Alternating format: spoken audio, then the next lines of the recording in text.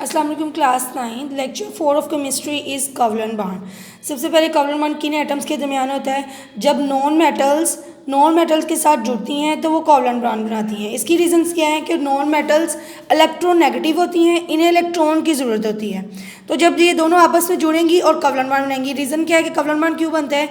Group 13 से 17 तक के जो नॉन मेटल्स हैं, when they react to each other, जब वो उससे मिलती हैं, they form covalent bond by mutual sharing of valence electron, यानी कि उनके वैलेंस शेल में जो इलेक्ट्रॉन है उनकी शेयरिंग कर लेती हैं। शेयरिंग क्यों करती हैं?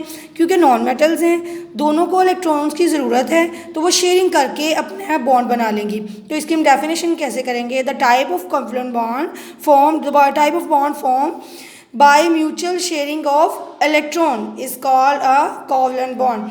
अब नेक्स्ट है इसका कि इसमें एनर्जी चेंजेस क्या आती हैं? when two atom approaches each other, जब वो एक दूसरे को अप्रोच करते हैं, जुड़ने की कोशिश करते हैं, उनके दरमियान फोर्सेस जनरेट हो जाती हैं। दो तरह की फोर्सेस होती हैं, 2 type of forces generate, attractive forces and repulsive forces.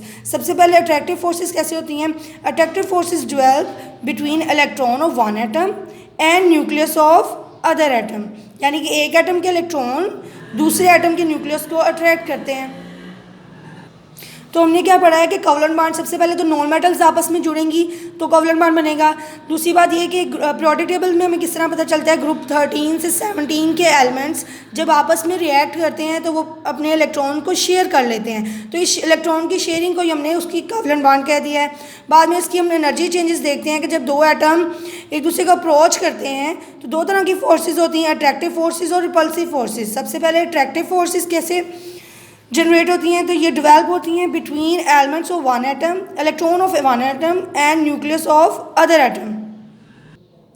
अब रिपल्सिव फोर्सेस की बात करते हैं। रिपल्सिव फोर्सेस जनरेट होती हैं between electrons of two atoms, यानी दोनों एटम्स के जो इलेक्ट्रॉन हैं उनमें रिपल्शन फोर्स आएगी, या फिर as well as between nucleus. इधर देखिए मैंने एग्जांपल 2 डायग्राम बनाई हुई हैं। ये एक एटम के इलेक्ट्रॉन है जिनके ऊपर नेगेटिव चार्ज है, ये दूसरे एटम के इलेक्ट्रॉन है, इसके ऊपर भी नेगेटिव चार्ज है। इनमें अब कौन सी फोर्सेस जनरेट होंगी? वो रिपल्सिव फोर्सेस होंगी। अब इस तरह इस एटम के इलेक्ट्रॉन इस एटम के न्यूक्लियस को क्या करेंगे? अट्रैक्ट करेंगे, तो इनके दरमियान अट्रैक्टिव फोर्सेस जनरेट हो जाएंगी। जब ये दोनों इलेक्ट्रॉन एक दूसरे के नज़दीक जाएंगे तो ये दोनों टाइप की फोर्सेस जनरेट हो जाएंगी। जैसे ही अट्रैक्टिव फोर्सेस डोमिनेट हो जाएंगी और एटम के दरमियान डिस्टेंस कम हो जाएगा तो केमिकल बॉन्ड फॉर्म हो जाएगा। तो हमने इधर क्या पढ़ा? इसकी एग्जांपल देख लीजिए। इसकी एग्जांपल आ जाती है हमारे पास हाइड्रोजन, क्लोरीन, H2Cl2, यानी कि हाइड्रोजन से जब मिलेगा, जब क्लोरीन से बॉन्ड बनाएगा, जब नाइट्रोजन से बनाएगा, या फिर ऑक्सीजन आपस में बॉन्ड बनाएंगे तो हम इसे हम क्या कहेंगे? Covalent bond. इसकी नेक्स्ट डिटेल अभी हम पढ़ते हैं। नेक्स्ट है टाइप्स ऑफ कोवलेंट बॉन्ड, यानी कोवलेंट बॉन्ड की कितनी टाइप्स है। इससे पहले हम पढ़ लेते हैं कि बॉन्ड पेयर इलेक्ट्रॉन क्या होते हैं। दोनों एटम जब ज्वाइन करते हैं, एक दूसरे के साथ रिएक्ट करते हैं, तो दोनों इलेक्ट्रॉन को शेयर करेंगे। जिस इलेक्ट्रॉन को वो शेयर करेंगे वो इलेक्ट्रॉन एक्चुअली में क्या कहलाता है? बॉन्ड पेयर इलेक्ट्रॉन, यानी कि बॉन्ड बनाते हुए जो इलेक्ट्रॉन पेयर अप होंगे वो बॉन्ड पेयर ऑफ इलेक्ट्रॉन कहलाएंगे। तो इसकी हम कह लेते हैं electron that pair up to form chemical bond is called bond pair of electron.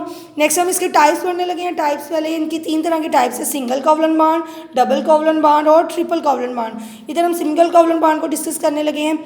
When each single से पता चल रहा है कि एक इलेक्ट्रॉन, यानी कि जो 2 एटम हैं जिन्होंने एक दूसरे के साथ रिएक्ट करना है, दोनों एटम एक इलेक्ट्रॉन को शेयर करेंगे। जब वो एक इलेक्ट्रॉन को शेयर करेंगे तो वो सिंगल कोवलेंट बॉन्ड बनाएंगे। अब इसके हम पढ़ लेते हैं। व्हेन ईच बॉन्डेड एटम, यानी कि जो एटम एक दूसरे के साथ बॉन्ड कर रहे हैं, कंट्रीब्यूट 1 इलेक्ट्रॉन, एक इलेक्ट्रॉन कंट्रीब्यूट करेंगे, 1 bond pair is form, it is called single covalent bond. अब सिंगल कोवलेंट बॉन्ड में इधर 1 लाइन शो की हुई है, तो जो 2 एटम आपस में जुड़े हैं उनको एक दूसरे के साथ सिंगल लाइन से शो किया जाता है। It is indicated by single line between atom. इसकी एग्जाम्पल के H2Cl2 HCl और मीथेन, यानी कि CH4।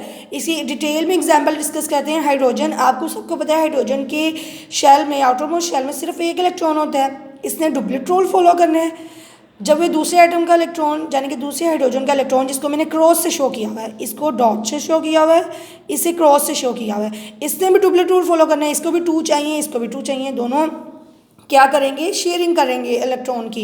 इधर इन्होंने इलेक्ट्रॉन को शेयर कर लिया है। अब ये 2 इसके शेल में भी है और 2 इसके शेल में भी इलेक्ट्रॉन है, और इन्होंने सिंगल बॉन्ड, ये सिंगल बॉन्ड पेयर है, 2 इलेक्ट्रॉन है ना, बॉन्ड का पेयर है, इलेक्ट्रॉन का पेयर है, तो हम इसे कहेंगे सिंगल बॉन्ड पेयर इलेक्ट्रॉन। और इसको शो करने के लिए सिंगल लाइन से इसको शो किया जाएगा, एच और एच के दरमियान में सिंगल लाइन।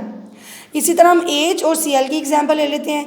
हाइड्रोजन, उसके शेल में एक इलेक्ट्रॉन, इसने डुप्लेट रूल फॉलो करना है। क्लोरीन है, आपने पहले भी पढ़ लिया हुआ एग्जांपल में, क्लोरीन के आउटर मोस्ट शेल में 7 इलेक्ट्रॉन होते हैं, 1 2 3 4 5 6 7। इसने ऑक्टेट रूल फॉलो करना है, इसको भी मज़ीद एक चाहिए 8 कंप्लीट करने के लिए, इससे 2 कंप्लीट करने के लिए एक चाहिए, तो दोनों क्या करेंगे अपना, ये देखें, ये जो इस इलेक्ट्रॉन को शेयर कर लेंगे। अब इसके शेल में भी 2 इलेक्ट्रॉन कंप्लीट हो गए हैं, इसके शेल में भी 8 इलेक्ट्रॉन कंप्लीट हो गए हैं, लेकिन सिर्फ एक इलेक्ट्रॉन को शेयर किया ना, तो ये सिंगल बॉन्ड पेयर है। जब सिंगल बॉन्ड पेयर है तो इसको हम रिप्रेजेंट करने के लिए सिर्फ सिंगल लाइन लगाएंगे दोनों के दरमियान, और ये क्या बन जाएगा, सिंगल कोवलेंट बॉन्ड।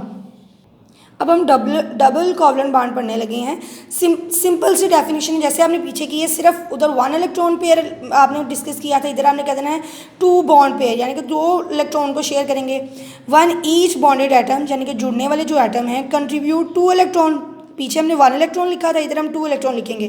पीछे 1 बॉन्ड पेयर बन रहा था, इधर कितने बनेंगे, 2 बॉन्ड पेयर आर फॉर्म, और it is called double covalent bond. यानी कि क्या हमने इसमें कहा है कि जब एटम जो आपस में जुड़ते हैं, हर एटम जो है 2 इलेक्ट्रॉन को शेयर करे, फिर और 2 बॉन्ड पेयर बने, तो इसे हम क्या कहेंगे, डबल कोवलेंट बॉन्ड। इसको रिप्रेजेंट करने के लिए हम डबल लाइन शो करते हैं।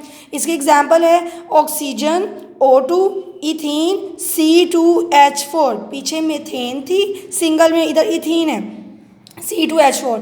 O2 एग्जाम्पल को हम डिटेल में डिस्कस करते हैं। O2 में ऑक्सीजन के 8 एटॉमिक नंबर है, 1s2 2s2 2p4, यानी कि इसके वैलेंस शेल में कितने हैं इलेक्ट्रॉन, 4 5 6। एक ऑक्सीजन एटम के इलेक्ट्रॉन को मैंने डॉट से शो किया है, 6 1 2 3 4 5 6। दूसरे ऑक्सीजन एटम को ये मैंने इलेक्ट्रॉन्स को, वैलेंस इलेक्ट्रॉन को क्रॉस से शो किया है। अब इसके पास भी 6 हैं, इसके पास भी 6 हैं, इसको भी मज़ीद 2 इलेक्ट्रॉन चाहिए डुप्लेट रूल को फॉलो करने के लिए, और इसको भी मज़ीद 2 इलेक्ट्रॉन चाहिए। तो दोनों क्या करेंगे, अपने 2 इलेक्ट्रॉन्स को एक दूसरे के साथ शेयर कर लेंगे। ये देखें, इधर शेयर किया हुआ है। जब दोनों 2 इलेक्ट्रॉन दोनों ने शेयर किए हैं, तो 2 बॉन्ड पेयर ऑफ इलेक्ट्रॉन बने हैं, और इसको रिप्रेजेंट करने के लिए डबल लाइन से शो किया है। इसे हम कह रहे हैं डबल कोवलेंट बॉन्ड। एक्चुअली किसी भी एटम की इलेक्ट्रॉनिक कॉन्फ़िगरेशन हमें बताएगी कि वो सिंगल बॉन्ड पेयर को शेयर करेंगे, सिंगल बॉन्ड पेयर बनाएंगे, या डबल बॉन्ड पेयर बनाएंगे, कितने इलेक्ट्रॉन वो शेयर करेंगे। नेक्स्ट है ट्रिपल कोवलेंट बॉन्ड। सिंपल सी बात है, इसमें 3 इलेक्ट्रॉन शेयर होंगे और 3 बॉन्ड पेयर बनेंगे। 1 each bonded atom contribute 3 electrons, हर जुड़ने वाला एटम 3 इलेक्ट्रॉन को शेयर करे, 3 bond pair are formed, it is called triple covalent bond. It is represented by 3 lines, इसको 3 लाइनों से शो हम करते हैं। एग्जाम्पल इसकी यह है N2 नाइट्रोजन इथाइन, यानी कि C2H2। नाइट्रोजन की इजी एग्जाम्पल वो आपको एक्सप्लेन कर देते हैं। नाइट्रोजन के 7 एटॉमिक नंबर है, 1s2 2s2 2p3। Valence shell में कितने इलेक्ट्रॉन है, वैलेंस लास्ट शेल है 2 वाला, 3 2 3 4 5 इलेक्ट्रॉन है वैलेंस शेल में। तो इस 5 को रिप्रेजेंट करने के लिए डॉट से शो किया, 1 2 3 4 5। इसको भी रिप्रेजेंट करने के लिए क्रॉस से शो किया गया है इलेक्ट्रॉन्स को, 1 2 3 4 5। इन्होंने ऑक्टेट रूल फॉलो करना है, इसको भी 3 चाहिए, इसको भी 3 चाहिए, तो तीनों अपने 3 इलेक्ट्रॉन्स को शेयर कर लेंगे। ये देखें, ये 2 2 इधर रिप्रेजेंट किया गया है, ये 3 इन्होंने शेयर कर लिए हैं। अब इसको रिप्रेजेंट करने के लिए हम क्या करते हैं, एक दूसरे के दरमियान ट्रिपल लाइन से शो करते हैं, और ये है triple covalent bond. Dear students, I hope you understand the today's lecture very well. Please like and subscribe the channel.